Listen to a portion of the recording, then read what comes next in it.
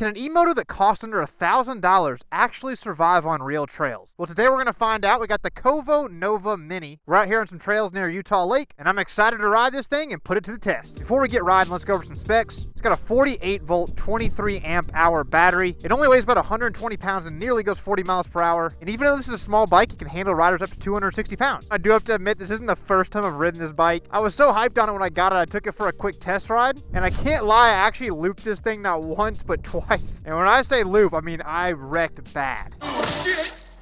Oh. Oh.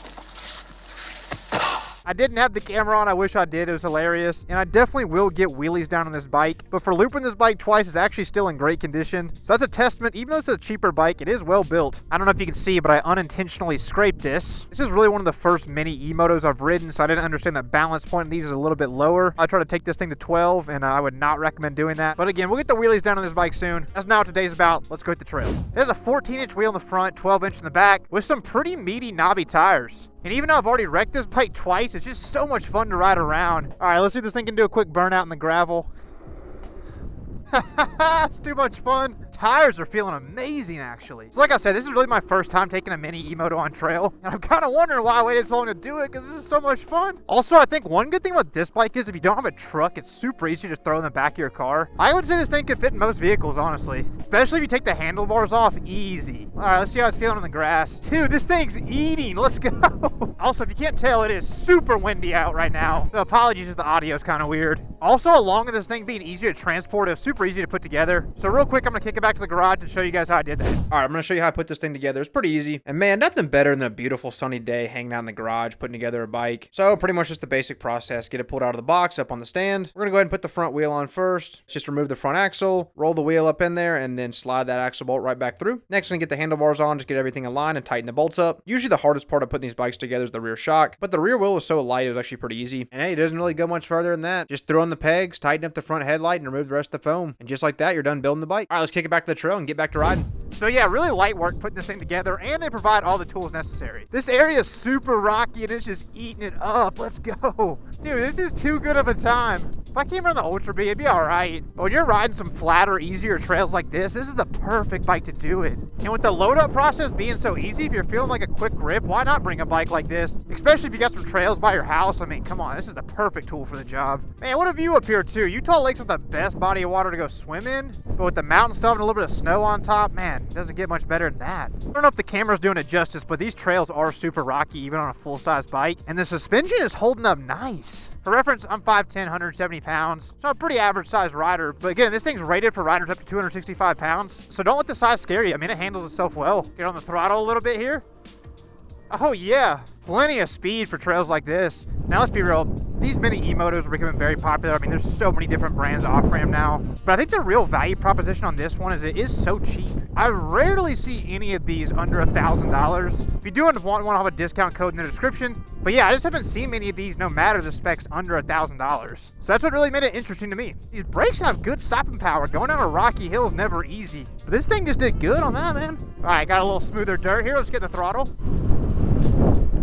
The thing about a bike this size, you don't even have to be going that fast to have fun. Even if you just go to like a local park by your house or some fields, this thing would be a blast. Oh, let's hit the berm.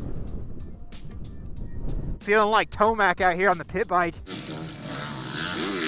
If any of you guys ride like hybrid dual sport tires, surprisingly these small knobbies do better than that. I went here my Triple X a couple years ago, and it was not handling this terrain as good as this bike is, surprisingly. And that bike cost like 3 times the price of this. Now it did have a different style tire on it, so that had a lot to do with it. I can just not say enough good things about this wheel setup though. Let's take this thing off trail and see how it's feeling. All right, it's working, it's working. Little ditch action here.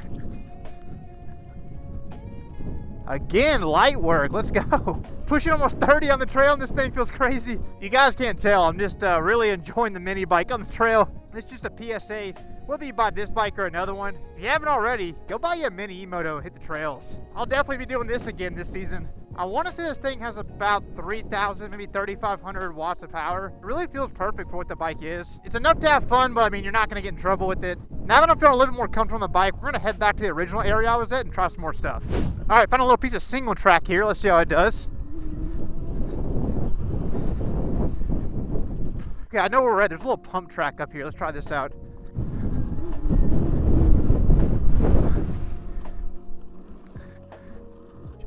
Dude, this thing is flowing through this track. This is nice.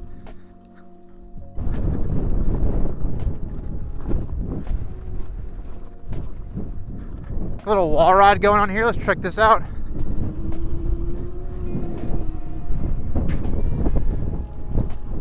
Yo, that was sick. All right, this one's like double the size. No way we got this. Come on. Yeah. Yeah. Yo, what? No way. Just barely, but count it. Camera's probably not doing this justice, but no way this size bike should be on that. I genuinely thought there was no way we were doing that. Sometimes you just gotta pin the throttle and see how it goes. Got another little wall ride berm thing here. Let's check it out. Yeah. Small hill climb, why not? Let's give it a go at this point. Dude, how is this thing making it up these? I know the GoPro effect is real, so you probably can't tell how steep this is. And on a bigger bike, it's really not. But man, this thing is tiny. How did it make it up this?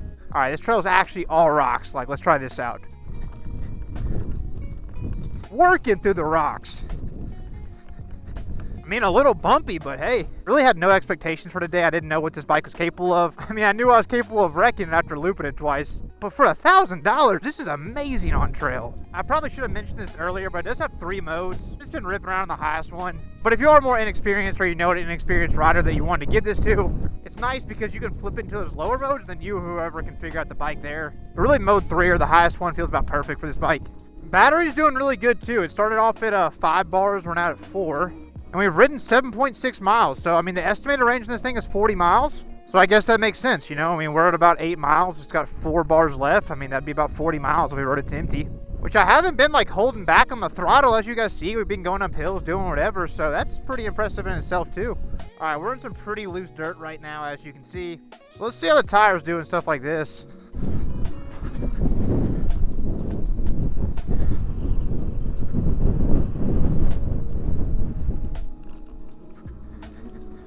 Yeah, okay, this thing's hooking up nice around that turn.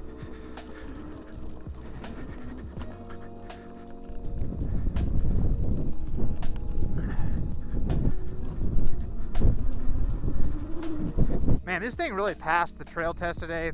So I'll catch you guys back in the Loda area. We'll just kind of go over what we learned today and final verdict. All right, back in the Loda area. So yeah, this bike did great today. Nothing but good things to say about it. Again, if you want one, I'll have a discount link in the description. But for under $1,000, you really can't have more fun on 2 wheels than this. But that's gonna do it for this one. Please hit that like and subscribe button, and I will catch y'all next video.